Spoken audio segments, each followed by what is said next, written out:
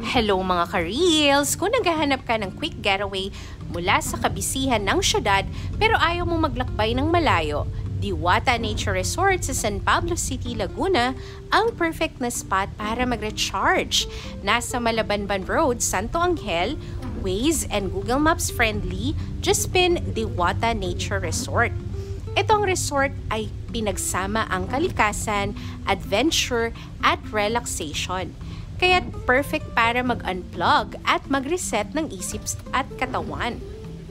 At may Japanese restaurant pa sila na feeling Japan kahit nasa Laguna ka lang.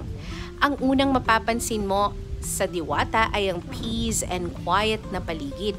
Imagine mo na lang lunti ang mga puno, preskong hangin mula sa bundok at mga daanan na perfect para sa nature walk o kaya naman kung gusto mong magmuni-muni.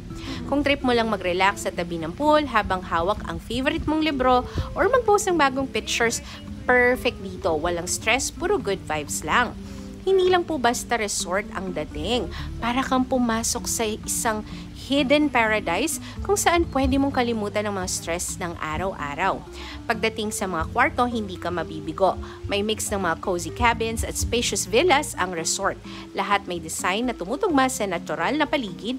Kung pupunta ka kasama ang barkada o pamilya, siguradong may perfect na kwarto para sa inyo. At ang pinakamaganda ang tanawin ng mga bundok at kagubatan sa umaga mula sa iyong bintana. Para ka nakatambay sa isang nature retreat na talaga naman pong marerelax at enjoy kayo. Simula pa lang ng pagdating mo, makikita mong may activity na swak para sa lahat. Kung adventurous ka, tama sa iyong nature trails at isang lawa na pwedeng-pwede kang mangisda at mag-boat ride. Kung chill lang naman at gusto mong mag-relax sa may pool area na pwede mong gawing pang shut-off mode matapos ang isang araw ng exploration. At na-enjoy ko itong kanilang napakaganda at napaka-cute na Diwata statue. Pero kung gusto mong ma-feel na nasa ibang bansa ka, tiyak magugustuhan mo ang Japanese restaurant nila. At na-enjoy din po namin ito kanilang biggest aquarium lalo na sa gabi. Total relaxing po talaga. Feel na feel mo ang Japan sa restaurant na ito. Minimalist na disenyo, soft na ilaw, at lahat ng Japanese-inspired decor. At ang pagkain, wala kang hahanapin pa. Sobrang fresh at authentic ng mga Japanese food. Sulit na sulit ang bawat kagat, mula sa sushi hanggang sa ramen. Syempre, may Filipino restaurant din po sila. Kung gusto niyo naman ng local na pagkain habang nagre-relax sa kalikasan. At ito po, nakaka-enjoy yung kanilang teppanyaki, yung chef na nagluluto sa harap nyo habang kumakain kayo. Ang mga staff sa Diwata, super bait, maggiliw at laging handang tumulong.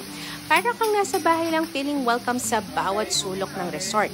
Shoutout po kay Sir Vincent dahil talagang inalagaan kami at inasikaso kami sa buong pagstay namin sa Diwata Nature Resort.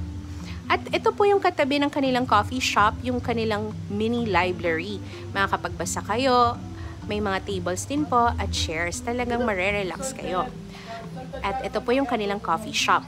Kung may special na okasyon na gustong ipagdiwang o kaya naman gusto mo lang mag-spend ng weekend kasama ang friends and family, Diwata Nature Resort ang perfect place. At every weekends din po, meron silang live band. Ang tahimik na ambience, magagandang tanawin, at Japanese food na worth it para sa inyo. At para sa lahat, even their coffees and pastries talaga naman pong napakasarap. This place is the ultimate vibe. Kung hanap mo ang peace and quiet ng kalikasan, pero may konting Japanese flavor, Diwata Nature Resort ang sagot. Nagbibigay ito ng best of both worlds. Escape mula sa syudad, pagkakataon para mag-relax, at syempre, ang perfect at masarap na pagkain. Kaya kung gusto mo mag-day trip o mag-stay ng mas matagal, Diwata ay isang hidden gem sa Laguna. Thank you guys for watching. Please like, follow, and share!